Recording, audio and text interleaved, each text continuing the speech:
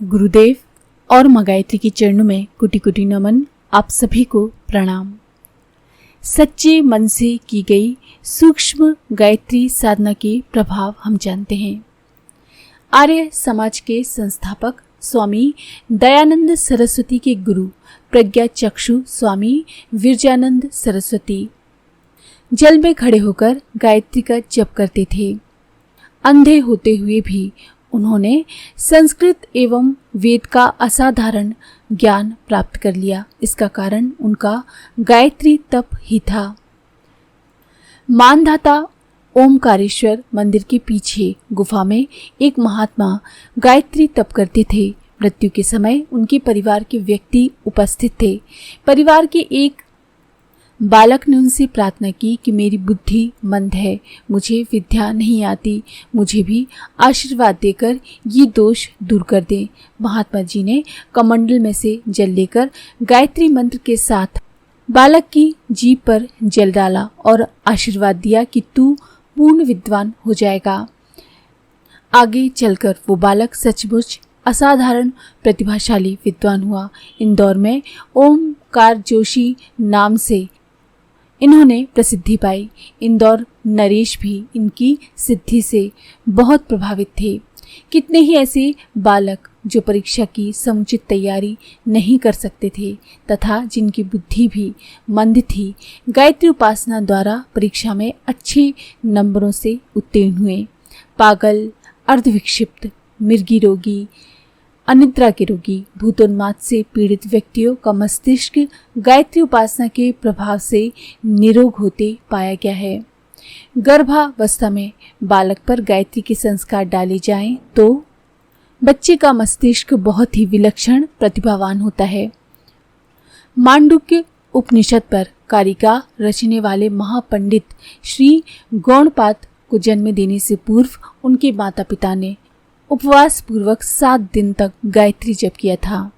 जिनकी स्मरण शक्ति शिथिल है, बुद्धि मंद है, मस्तिष्क जल्दी थक जाता है, उन्हें गायत्री उपासना करके थोड़े ही समय में इस महाशक्ति के चमत्कार देखने को मिलते हैं।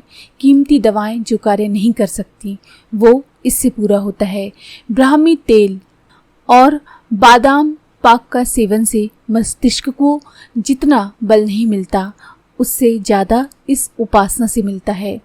सिर में दर्द, चक्कर आना, निद्रा की कमी, आए दिन नाना प्रकार के सिर से संबंधित शिकायतें जिन्हें बनी रहती हैं, उन्हें गायत्री उपासना का अवलंबन लेना चाहिए।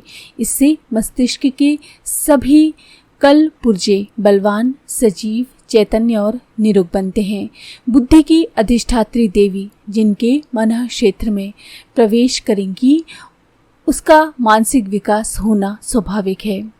मस्तिष्क के अंतर्गत जो नाना प्रकार की शक्तियाँ स्थित हैं उनका धीरे धीरे विकास होता है और मनुष्य बुद्धिमान, विवेकशील एवं प्रतिभावान बनता चला जाता है। जिनके घर में कुबुद्धि का साम्राज्य छाया रहता है, आपस में द्वेष, असहयोग, मनमुटाव, कलह, दुराव एवं दुर्भाव बना रहता है। आए दिन झगड़े होते रहते हैं। आपाधापी और स्वार्थपरता में प्रवृत्ति रहती है।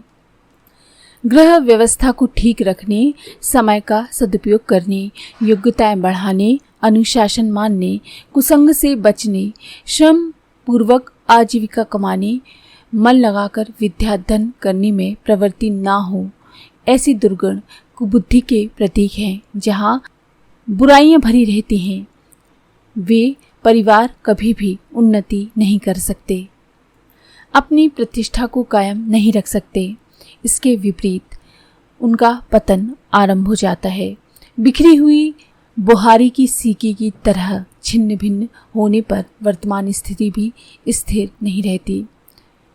कुबुद्धि ऐसी अग्नि है कि वो जहाँ भी रहती है वहाँ भी वस्तु को जलाने और नष्ट करने का कार्य निरंतर करती रहती है। जहाँ इस प्रकार की स्थिति हो वहाँ गायत्री उपासना का आरंभ होना एक अमोघ अस्त्र है।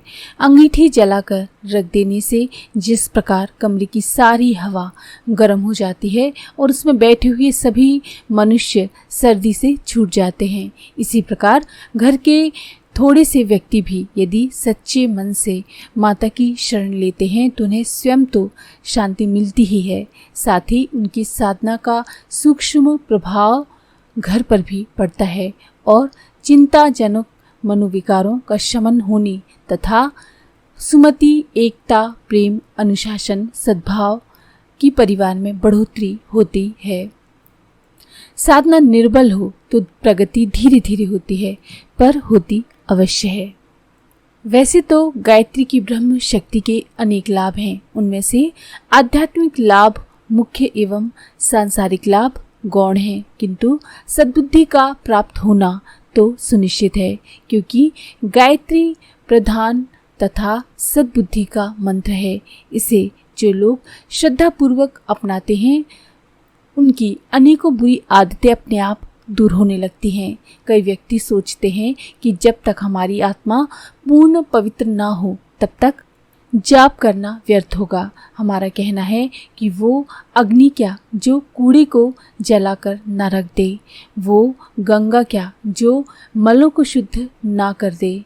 गायत्री उपासना मनुष्य की सभी बुराइयों को दिन दिन घटाती और उसे धीरे धीरे शुद्ध बुद्धि, पवित्र आत्मा बनाती चलती है।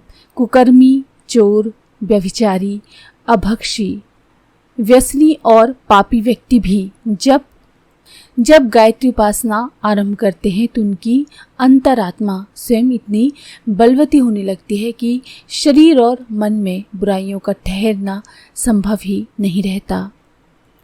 आप गायत्री उपासना करते हैं तो उसे बढ़ाइए, नहीं करते हैं तो आरंभ कीजिए, उसका परिणाम शुभ ही होगा। शास्त्रीय विधि विधान पूर्वक की हुई गायत्री उपासना कभी भी निष्फल नहीं जाती। उससे मानसिक शांति का निश्चित रूप से परिणाम प्राप्त होते हैं। गायत्री मंत्र हमें ईश्वर का कृपा पात्र बना देता है, जिससे हमें ईश्वर की सारी कृपाएं प्राप्त होने लगती हैं और हम हर सुख के अधिकारी बन जाते हैं, सद्बुद्धि के अधिकारी बन जाते हैं।